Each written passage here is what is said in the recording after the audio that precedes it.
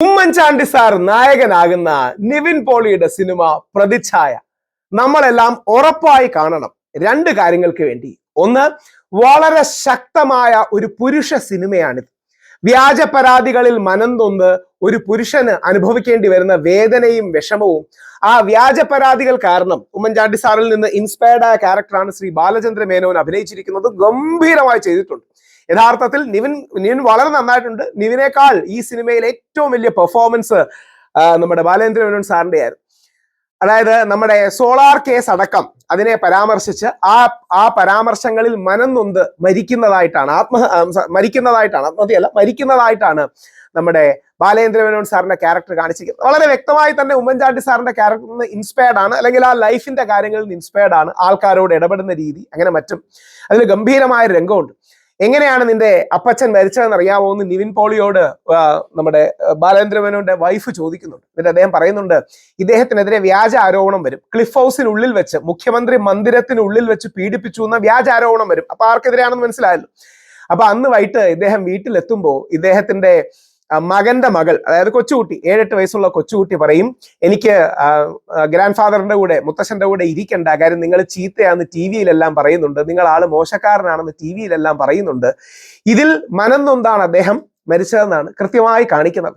ഓരോ പുരുഷന്റെയും വേദന അതാണ്. വ്യാജമായി ആരോപിക്കപ്പെടുന്ന ഓരോ പുരുഷന്റെയും വേദന അതാണ്. അത് ഉമ്മൻചാണ്ടി സാർ ആകാം, ശ്രീ രാഹുൽ മാങ്കൂട്ടത്തിലാകാം, മുമ്പ് ശ്രീ സിദ്ദിഖ് ആകാം, ശ്രീ മുകേഷ് ആകാം, പിന്നെ ശ്രീ എൽദോസ് കുന്നപ്പള്ളി ആകാം, വിജയബാബു ആകാം, അങ്ങനെ ഒരുപാട് പേർ, അങ്ങനെ ഒരുപാട് ആൾക്കാർ അങ്ങനെ വേദനിച്ചിട്ടുണ്ട്. അപ്പൊ ആ വിഷയങ്ങളെല്ലാം എടുത്താണ് ഇപ്പൊ ശ്രീ രഞ്ജിത്ത് അടക്കമുള്ള ആൾക്കാർ, ഞാൻ കരുതുന്ന അദ്ദേഹത്തിനെതിരെ വ്യാജ ആരോപണമെന്നാണ്. കോടതി വരട്ടെ, അതുകൊണ്ട് അതിലേക്ക് കടക്കുന്നില്ല.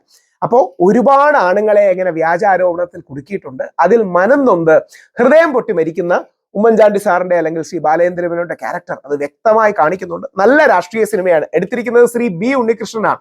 അറിയപ്പെടുന്ന ഇടതുപക്ഷ സഹയാത്രികനാണ്. വളരെ ഇന്റലക്ച്വൽ ആണ്. ലെഫ്റ്റ് ലിബറൽ പ്രോഗ്രസീവ് ഇന്റലക്ച്വൽ ആണ്.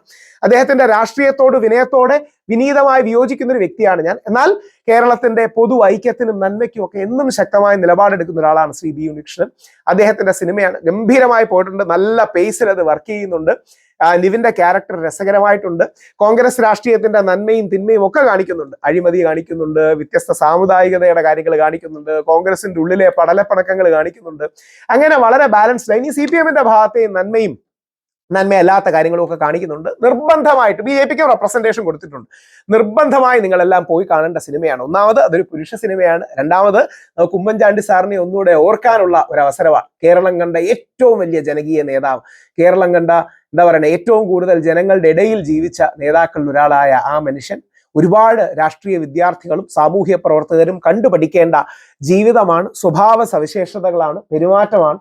എല്ലാവർക്കും വേണ്ടി എഴുത്തെഴുതുന്ന, എല്ലാവരോടും ഒപ്പം നിൽക്കുന്ന, എല്ലാവരെയും ഒരുമിച്ച് കൊണ്ടുപോകാൻ കഴിയുന്ന ചാണ്ടി സാറിന്റെ ഓർമ്മ. അപ്പോൾ സിനിമ ഗംഭീരമായിട്ടുണ്ട്, കാണണം. നല്ല സിനിമയാണ്. ഒരു ഇടതുപക്ഷക്കാരൻ എടുത്ത ഉമ്മൻചാണ്ടി സാറിനെ ഓർക്കുന്ന സിനിമയാണ്. വളരെ പോസിറ്റീവായി, പെർഫോമൻസുകളെല്ലാം നല്ല. ഇതൊരു മൂവി റിവ്യൂ അല്ല, പകരം ഇതൊരു നല്ല, ഞാൻ മറ്റേ മൂവി റിവ്യൂ പറയാൻ അശ്വന്ത് കോക്കോ നാഷോ ഒന്നുമല്ല, പക്ഷെ അതിന്റെ ഒരു പൊളിറ്റിക്സ് ഉണ്ട്, അതിലൊരു സോഷ്യൽ നറേറ്റീവ് ഉണ്ട്.